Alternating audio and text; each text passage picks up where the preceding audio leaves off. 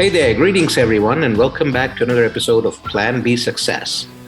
We have Jodi Monelle with us today, who's the founder of LiveKindly. LiveKindly is her company, and she's done the same, right? She's been on her corporate journey, then she made a pivot, and then she founded LiveKindly, and she does what she does with that today. We'll find out about her story, and she's joining us from the very cold Vancouver, Canada today. So welcome, Jodi. Hi, thanks for having me.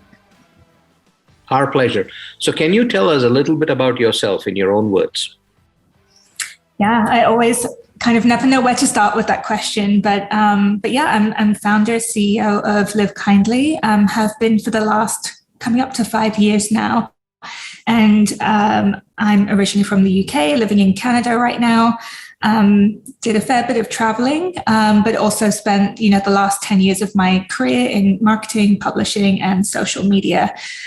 So yeah, I'm sure we'll get into the journey of how LiveKindly came to be. But essentially, it was a bit of my personal interest and my career kind of journey merging together into forming what I'm doing today.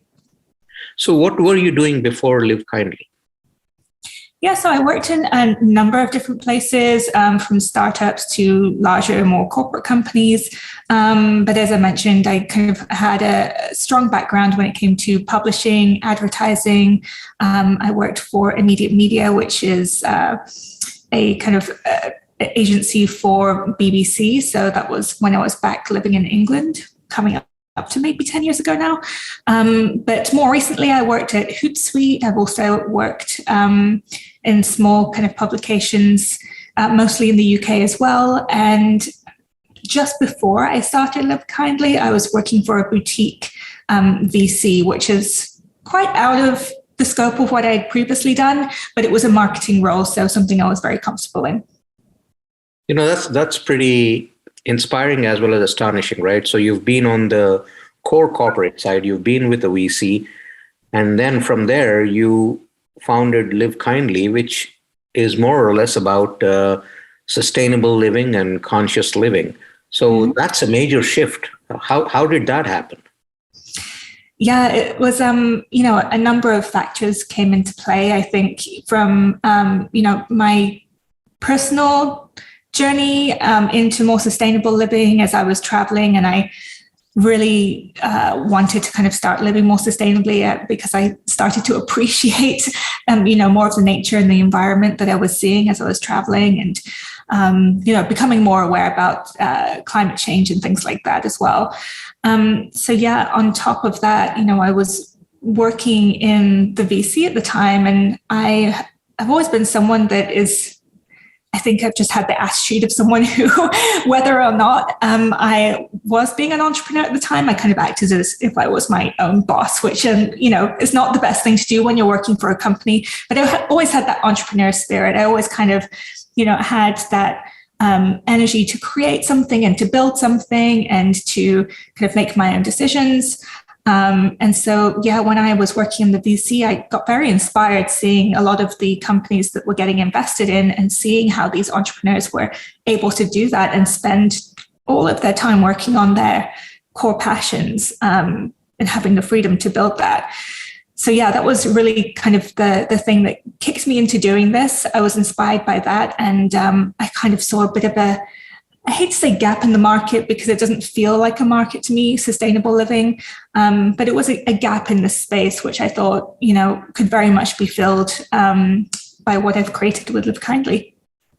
So did you bootstrap the company or did you find some investment? How did that go?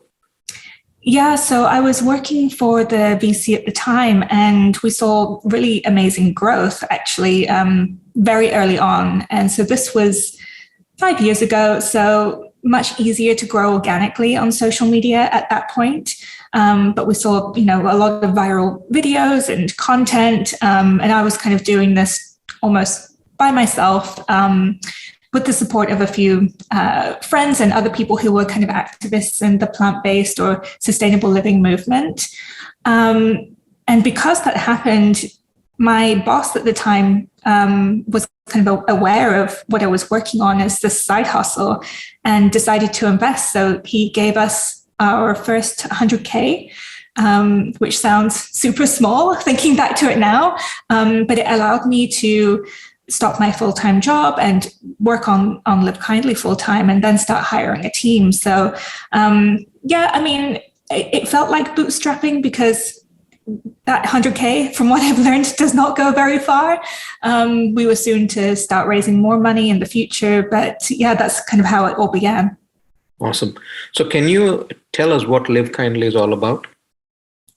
Yeah, so LiveKindly is a more inclusive and solutions-focused and non-judgmental approach to sustainable living. So we produce content. We're on many different social media platforms, soon kind of expanding much further than that.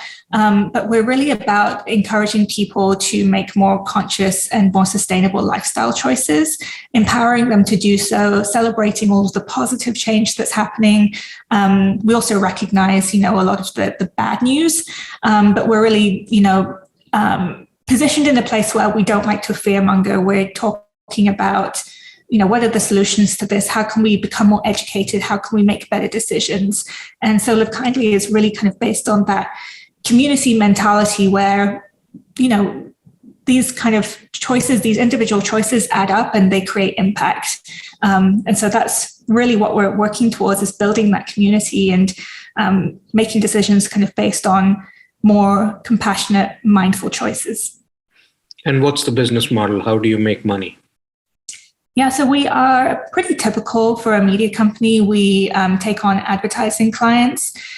So we've worked with a number of kind of large brands and also startup brands who want to promote their products. It fits really well within our content mix, actually, because we talk a lot about product launches anyway, and this is what our community is interested in. They do want to find what is accessible for them when it comes to the best plant-based food out there, or zero waste products, all of this stuff. So we work with many different advertisers on many different scales and sizes.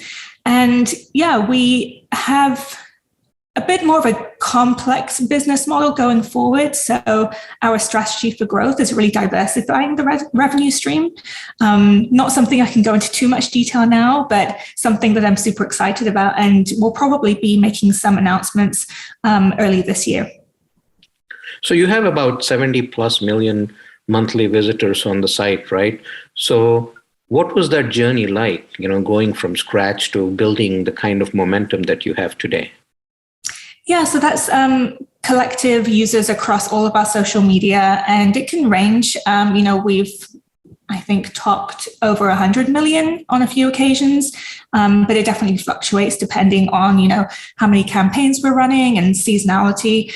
But it was an amazing journey really to go through that and to see just the organic engagement. The engagement to me is the most meaningful metric that I look at. It really kind of indicates how people are interested or, inspired by or curious about the content that you're putting out there. And so it's taken some time to get to that stage. It's taken a large team and a lot of kind of expertise in this field to be able to really position ourselves as the authority in this space. It's been quite a journey, I would say, but definitely something that I always believed that we could achieve. So 5 years of working on it, and we're not stopping now. We have, the intention to build this community much bigger than it is. Awesome. So when you actually started with this, it's a very niche field that you have chosen. Were there any apprehensions, any self-doubt as you began, even coming from the VC world? Mm-hmm. Yeah, I think more so in the early days, as I was speaking with investors, it was a lot more niche than it is today. I think sustainable living and plant-based food is a lot more mainstream than it used to be. Right. And, I could definitely see that happening, but, I didn't anticipate that it would kind of take off in the way that it has in terms of interests and products out there. For me, it was never really niche because we were always about targeting the mainstream as much as possible. We don't create content for people who are already living sustainably. We don't create content for people who are already vegan or plant-based. This is for people who are just a little bit curious about either improving their diet or improving their shopping habits to become more sustainable. This is really content for everyone. And we have so many different entry points of interest that can really encompass that. And, it's important for me also that we represent as many different voices as possible. So we're really conscious about keeping it as diverse. It's not about me as a person and what I want to do and how I want to live sustainably. This is about everyone's different journeys and experiences. So I think that's why we've managed to kind of grow to this scale, is that it's very welcoming and it's very inclusive. And how do you retain your visitors? How do you keep them engaged? What options do they have on the website? Well, honestly, I think it's because we produce just so much content. There's something fresh and new every single day. So, we're really kind of a content factory. We have an expert team of people in video and social and editorial. So there's lots of variety to choose, how you want to consume this content. There should be something for everyone pretty much. I think mostly it's because our content is always created with value and intent. So we don't want to create content for the sake of putting out content. It's really there to serve a purpose. And whether that's, simply because it's entertaining or it's educational or it's driving conversation, there's always something that is valuable to our audience in everything that we do. And do they get to engage in as well as a part of the conversation? Yeah, that's something which is super important to us and really part of our next stage of growth as well. It's really nurturing that community. And so it's important for us to have not just a one-sided conversation. This is where it gets tricky. Obviously, on websites, it's very difficult to do that.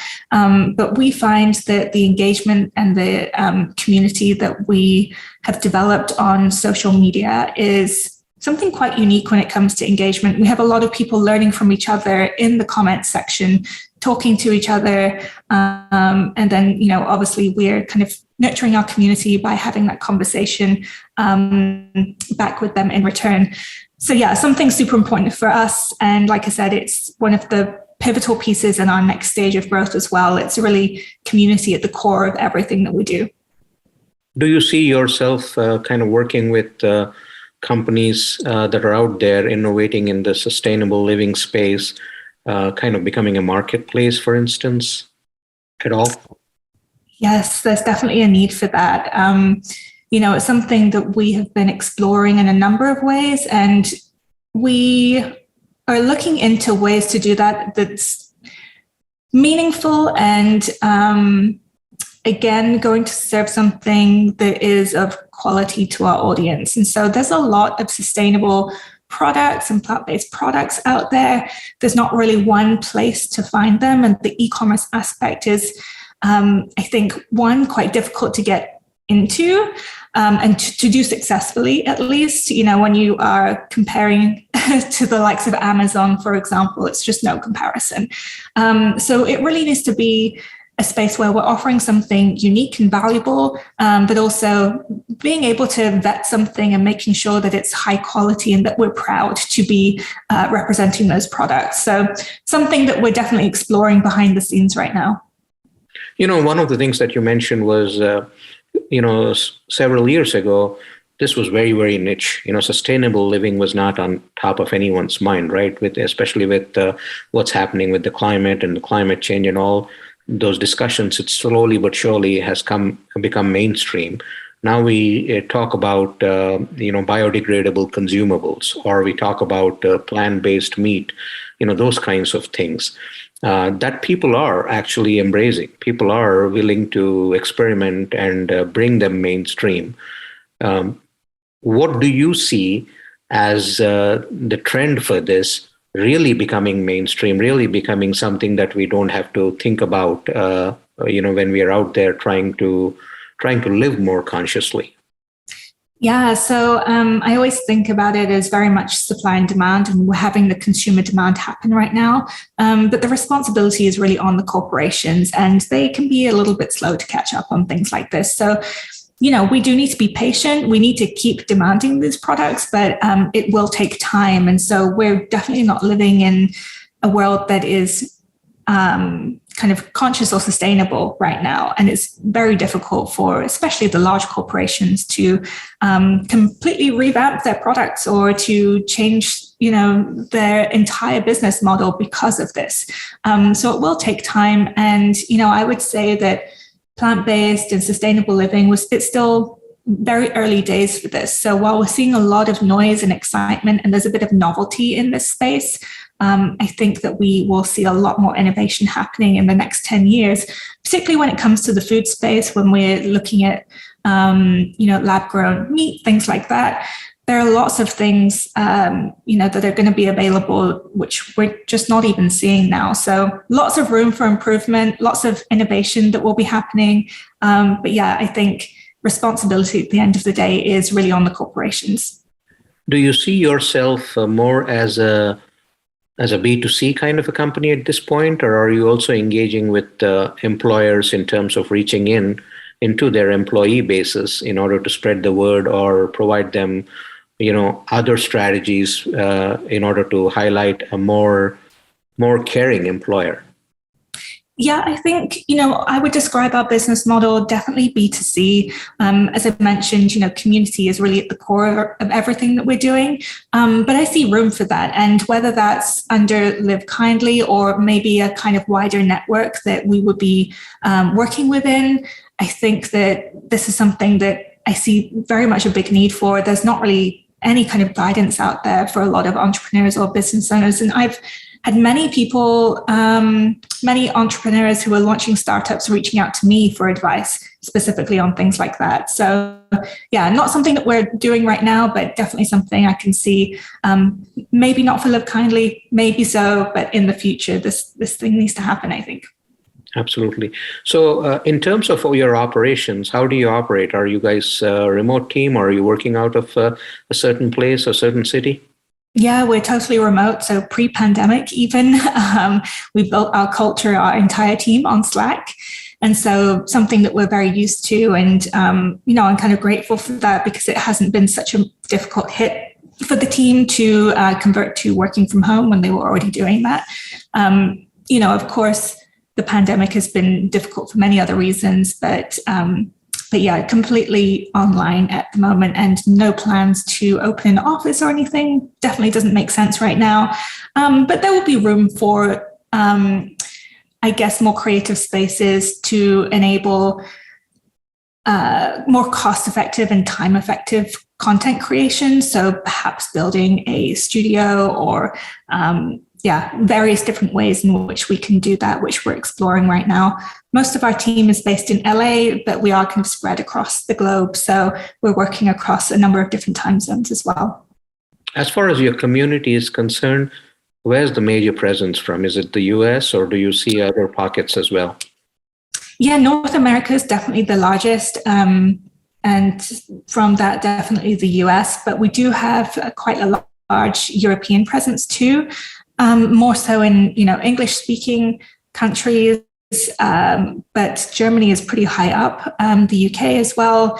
And yeah, we see a lot of interest because the kind of adaptation of including more plant-based options has really taken off in Europe particularly. So yeah, we're seeing a big uptick in our audience there too.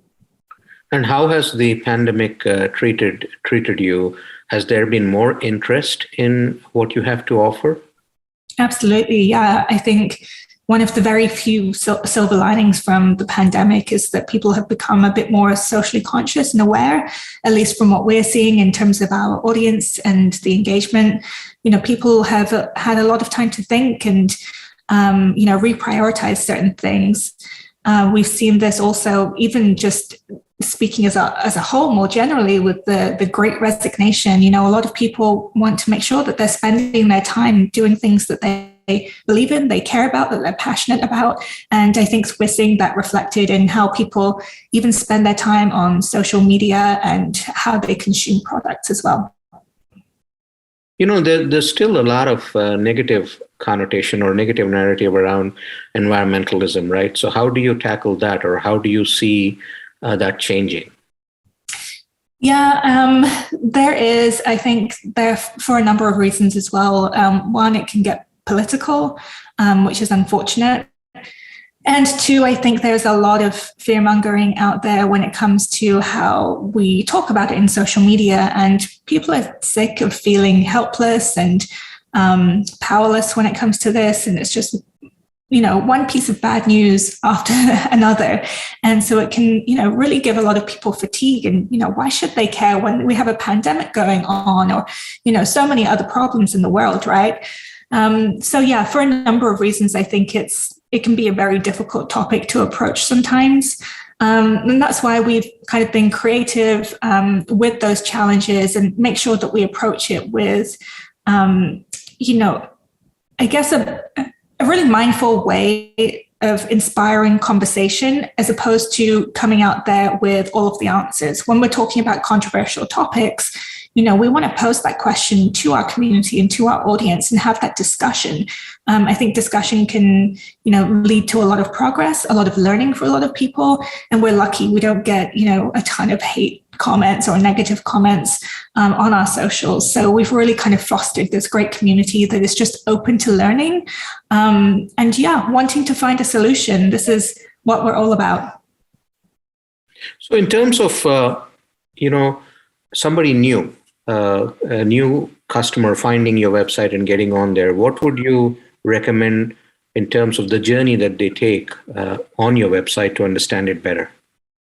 Yeah, I think, the good thing is that we're on a number of different social platforms, so we can be pretty much there for anyone's preference when it comes to consuming content. Whether you are only on Instagram and you don't use Facebook, you can find pretty much all of our content there in some shape or form. So we've really developed our content in a way that it can be digestible and it can be seen in many different ways. If you prefer to watch videos about sustainable living, we're on YouTube and we're on TikTok. So there's many different ways in which you can find our content. And hopefully there's something that is really tailored to everyone. Awesome. Well, you've been on a very fascinating journey, and you've done wonderful with LiveKindly, very inspiring. And I hope it continues to grow, Jodi, and you have a great plan ahead in terms of how to continue to nurture growth with the company. Thank you for joining us today. Thank you for sharing your story. Before I let you go, any takeaway for the listeners, anything that you'd like to share? Yeah, that's a great question. And, something that is just important to me, living kindly, it's a call to action. I think we can all do better if we just start making more compassionate choices, whatever that looks like for you. So yeah, that's my leaving note. Awesome. Thank you. Thank you for joining us today.